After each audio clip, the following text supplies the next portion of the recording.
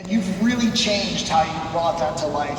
You rolled out Surfaces as a pilot for a lot of your freshmen, and I know you're going to have a Surface 3 in the hands of every freshman and sophomore class next year, which is just awesome.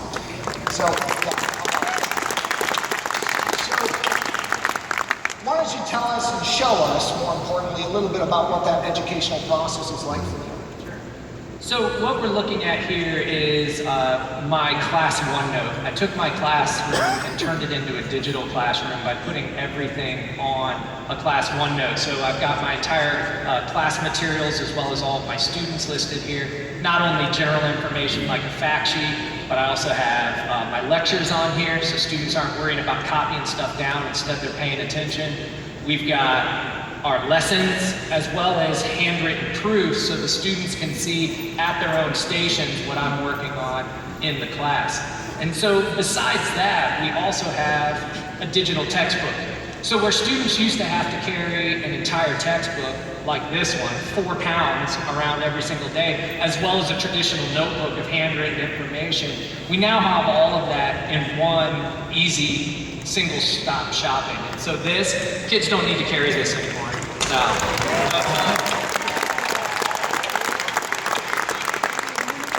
So today we just kind of want to go through what a lesson might look like. I've got Tim and Carter with me, and so I've got, as a normal teacher would, I've got bell work. So here's today's assignment that I'm going to turn over to Tim and Carter.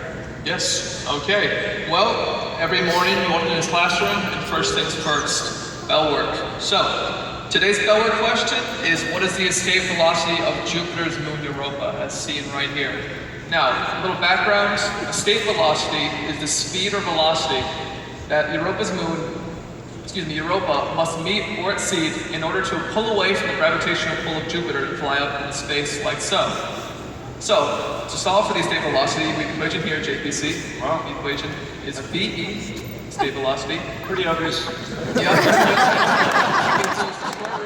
2 times G times M divided by R. So, G, M, and R are all variable constants right there. G is the gravitational constant, M is the mass of Europa, and R is the radius of Europa. So what you would do, of course you know this, you would just plug in the values of the equation, and what's the answer? Goodies. No? Oh, no? Alright, so for people like me and you who cannot do that in our head, we have a really handy app that we use called Fluid Math. Here in Fluid Math, what you have to do is, all you do is define the variables. I have G, M, and R. Then you draw out the equation, and with only an arrow, I can actually calculate the answer. Approximately.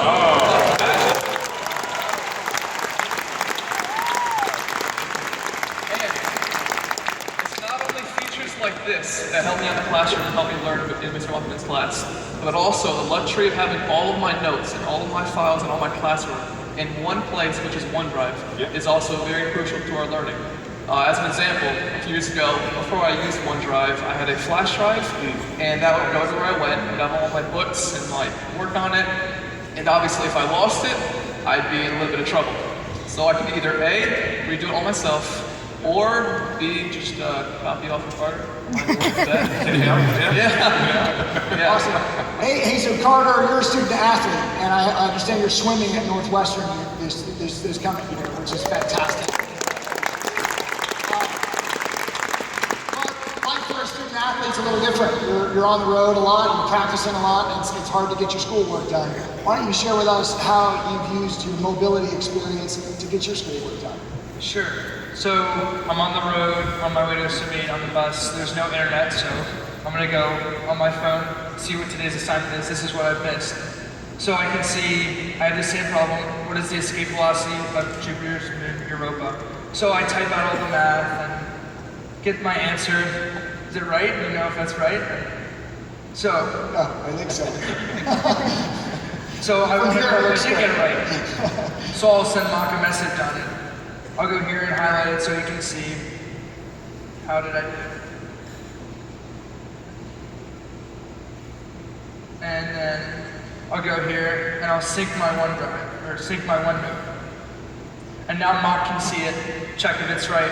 And the same principle goes for OneDrive when I'm working on group collaborations. I can do a slide and then upload it to a shared OneDrive. And then my group partners, they can use that in their presentation. And I can also do things offline on the bus, on my laptop or on my phone if I don't even have connection. And it'll upload right when I get to a hotspot. It's perfect. That's awesome. So, Awesome job.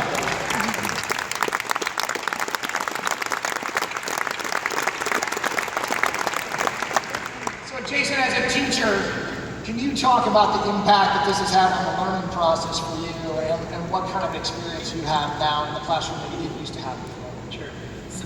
Well, with the review process alone, being able to keep students engaged, that's the #1 challenge for an educator. And so being able to keep students engaged, not just with the technology, but through the technology to the educator, that's the challenge. And that's what's happening right here.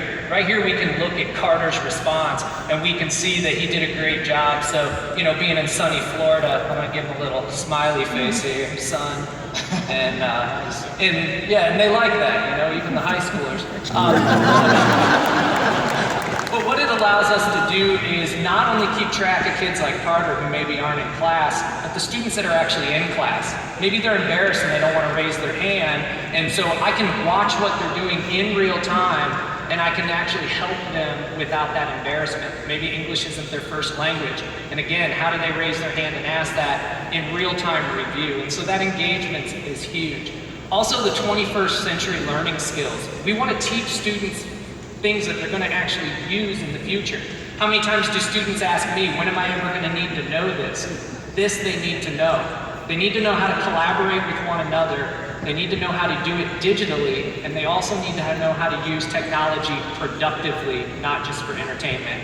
And so that's what we're doing right here.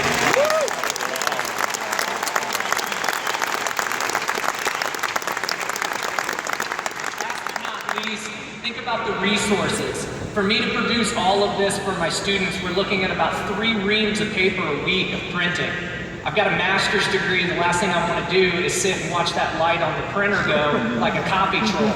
Instead, I want to have that time to pour back into my students. If we do the math, that 3 reams of paper a week translates into over $2,000 worth of printing costs just for me. If you take all of the teachers in my school, that's $300,000 plus time. And so we can pour that back into the students if we're not using it in paper. That's awesome.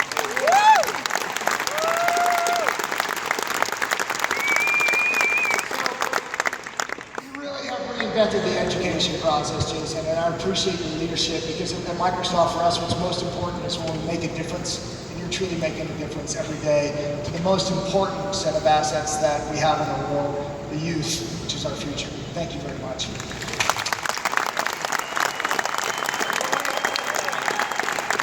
One more thing, guys. You're headed off to college, and we have a token of appreciation for you. I think that matches your colors. That's cool.